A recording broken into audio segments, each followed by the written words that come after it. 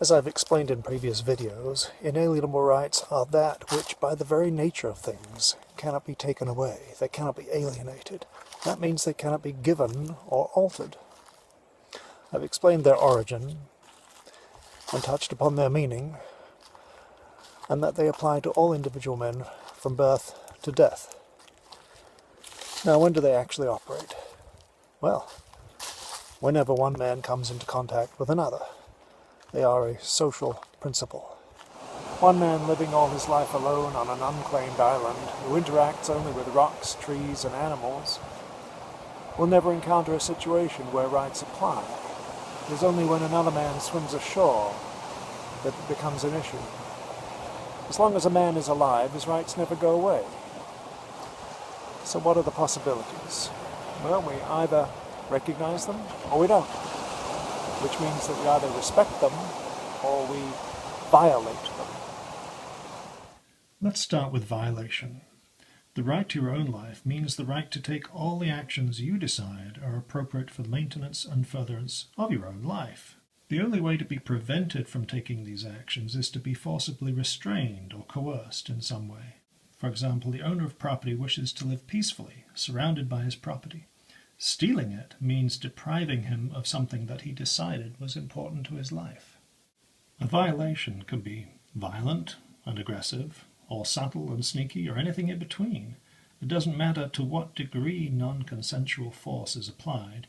The result is a violation. One man innocently pokes another in the back. Usually he can get away with it, but not here. Respecting the rights of another simply means that you don't interfere in his life without consent. Now, the determination of when a violation has taken place can get very complicated, and that is the purpose of a court of law, to decide who has acted by right and who has not. Here is a simplified way to look at it. So long as men act within the sphere of their own rights, everyone can get along. But as soon as one man leaves the sphere of his own rights and invades the sphere of another, well, we can see that this is the origin of the phrase, "Your right to swing your fist ends where my nose begins." And you could add, "If your swinging fist comes anywhere near my nose, that's a threat, and it's a violation too." So whenever you believe you have been wronged by another man, look for the element of physical force involved. The simplest examples are assault and robbery, battery, murder, and so on. The less obvious forms are when the physical force is only threatened or comes into play after the victim discovers the crime. For example, you make an agreement with someone to perform some work. You pay him a sum of money up front, and then he never performs the work. You tell him that the deal is off and to give back the money. He forcibly holds on to it. You're going to have to wrestle it out of his hands. It can work the other way around, too. You agree to perform some work and he agrees to pay you, but after you have completed the work, he refuses to pay. He is holding on to your property by force, and you will have to fight him for it. A man possesses a right for every action possible to him, provided that action does not violate another man's rights. Right away we can see that the number of peaceful actions possible to a man is so vast that any enumeration of them must always be considered incomplete.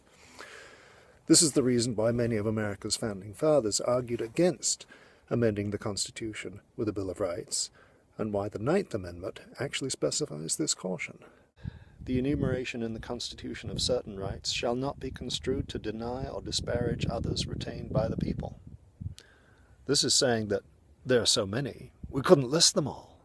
As I explained in an earlier video, everything hinges on property, the right to property and property rights. The right to property means the right to seek, acquire, hold, use, consume, trade, give, designate an heir, destroy, abandon, any sort of property. Property can be physical objects and substances, or it can be intellectual, such as an invention or the sequence of words in a book. This piece of land is a common area. I own it jointly with about 100 or so other homeowners, and I own one share of it. It's a property right, and as such I can come here and enjoy it any time I like, and I can invite guests. Uninvited guests are called trespassers. I can't do anything with it that would suggest that I own all of it, such as dig a hole in it or build upon it. But when I sell my home, I'll be selling my share of this common area along with it. You have the right to your own thoughts and actions, to associate and communicate with others, discriminate between those things which will be of value and those which will not, using whatever criteria you judge appropriate. You have the right to be awake, asleep, or anywhere in between. But here's an important point. If you've made an agreement to remain awake, such as on the job, you don't have the right to spend the time sleeping. That would be breaking your agreement. You have the right to agree and disagree. Disagreeing is interesting because you can disagree that there's a right to disagree, but then you've got a bigger problem. You have the right to self-defense, to protect yourself and your loved ones and your property from interference by others, and to retaliate appropriately. And you have the right to escape from unjust captivity.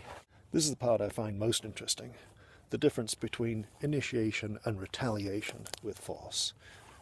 We already know what it means to initiate force. That's a violation of rights. Defense and retaliation with force is not a violation of the attacker's rights because, instead, it's an attempt by the victim to prevent the violation of his own rights. When someone steals your wallet, that's a violation. When you take it back, it isn't, even if you have to fight him for it. He took a value from you. You're not taking a value from him. You're trying to get the value back again. Now, if you use excessive force, meaning that you take back your wallet and then take his too, you've crossed the line from retaliation into initiation. You have the right to privacy, or more specifically, you have the right to erect some sort of screen around your private affairs that would require the initiation of force to breach. More on that another time. The rights and privileges of membership are interesting. These are property rights that one can purchase, such as by joining a health club. This would include use of the facilities and perhaps a monthly newsletter. The rights and privileges of being a customer are very similar. One can acquire temporary alienable rights by way of purchasing a product or a service. The taxicab company can assure the customer that he has the right to courteous service, to see the accumulated charges on the meter at any time during the trip, and to be let out wherever he wishes. And of course you have the right to quit. When you stop doing something, you're actually making a choice to do something different. Unless, of course, you've already made an agreement to the contrary. Now, along with this, and no less important, is the right to end your own life. There are numerous others, and the ramifications and complications are nearly endless. What are the ways in which rights can be violated? First, we can observe that there are essentially only two ways one man can deal with another: by appeal to reason, or by knocking him to the floor. The appeal to reason is not a violation of rights, since the recipient is free to act on his own judgment. He can accept an appeal, or reject it, and walk away. The initiation of force is a violation of a man's rights, as it prevents him from acting according to his judgment. The victim's faculty of reason is being interfered with. His means of survival is being suspended against his will. His life is being forcibly interfered with. We can see that force and reason are incompatible. They are opposites. Just as any enumeration of man's rights must always be considered incomplete, so must this list, since new and more bizarre methods of violation will continue to be discovered. In practice, several methods are often used simultaneously, or one method is immediately followed by another, such as the familiar assault and robbery, or breaking and entering. One person visiting the property of another must conduct himself within the rules established by the owner. If he breaks a rule, he becomes an unwelcome guest, a trespasser. I've got a list here of the familiar ones. I'll just rattle them off. Burglary, larceny, theft, embezzlement, shoplifting, grazing, pilfering, pickpocketing, poaching, defacement, vandalism, sabotage, arson, piracy, forgery, fraud, plagiarism, imposture, breach of agreement, slander, libel, false accusation, blackmail, spying, wiretapping, invasion of privacy, harassment, intimidation, extortion, robbery, assault, entrapment, abduction, imprisonment, kidnapping, enslavement, abuse, battery, molestation, rape, torture, mayhem, manslaughter, and murder. And those are just the familiar ones. There are those who claim that rights have nothing to do with survival because, after all, we can see that men have survived in prison camps. But observe that men in such a condition are not independent. Instead, they are kept alive by their captors. The captors are providing them with just enough food and water to keep them from perishing. Those who run the prison camps are doing the thinking for them. Usually, the victims spend the majority of their time and effort searching for a way to escape, or at least to minimize the torture inflicted upon them. So, do rights have anything to do with survival? Absolutely. We can observe that in order for one man to exercise his rights, all other men must leave him free to do it. Does this mean that by living among others, every man incurs an unchosen obligation to perform some service or civic duty that consists of leaving others alone? No. Because leaving others alone is not a positive action.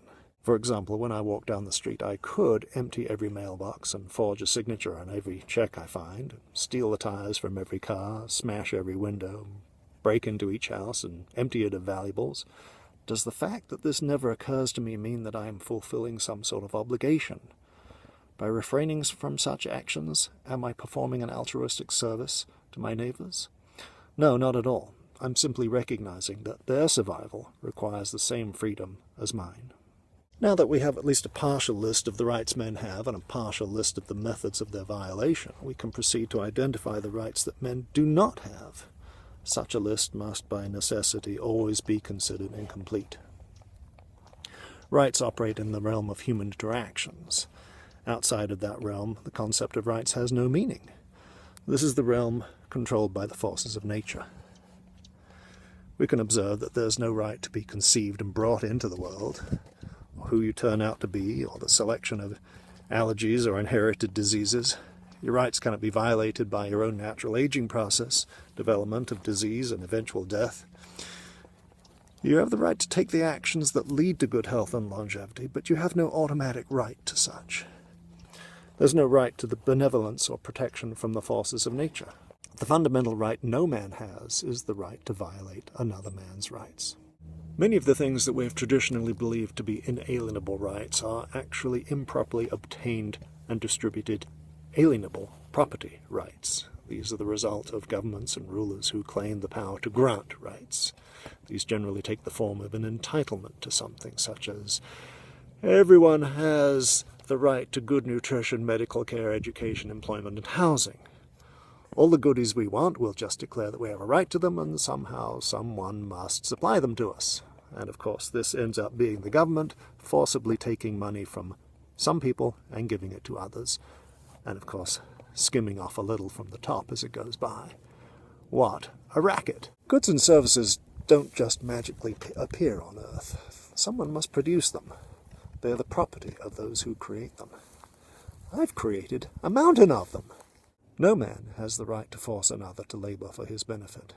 You can seek things and purchase them, but you don't have any right to be given things. No right is violated if the things you wish for are not handed to you on a silver platter. No right is violated if someone ignores you, offends you, or exhibits a negative emotional reaction to your appearance or deeds. No right is violated if someone takes advantage of your limited knowledge, lack of experience, or poor judgment. No right is violated if someone refuses to be charitable. The key question to ask when considering whether you have any right to something is to ask, at whose expense? Who has to pay for it? No one has the right to protection from economic forces. There's no right to a job, no right to benefits or protection from discrimination, no right to special treatment. There's no right to place limits on another's income or wealth or any other peaceful activities. No one has the right to redistribute the wealth of others. That would be theft. What I hope you got from this video is that rights can only be respected or violated, not given or taken. Secondly, that rights are violated only by the non-consensual initiation of force, physical force, not by appropriate self-defense or retaliation. Next time, we'll take a look at what the protection of rights logically leads to.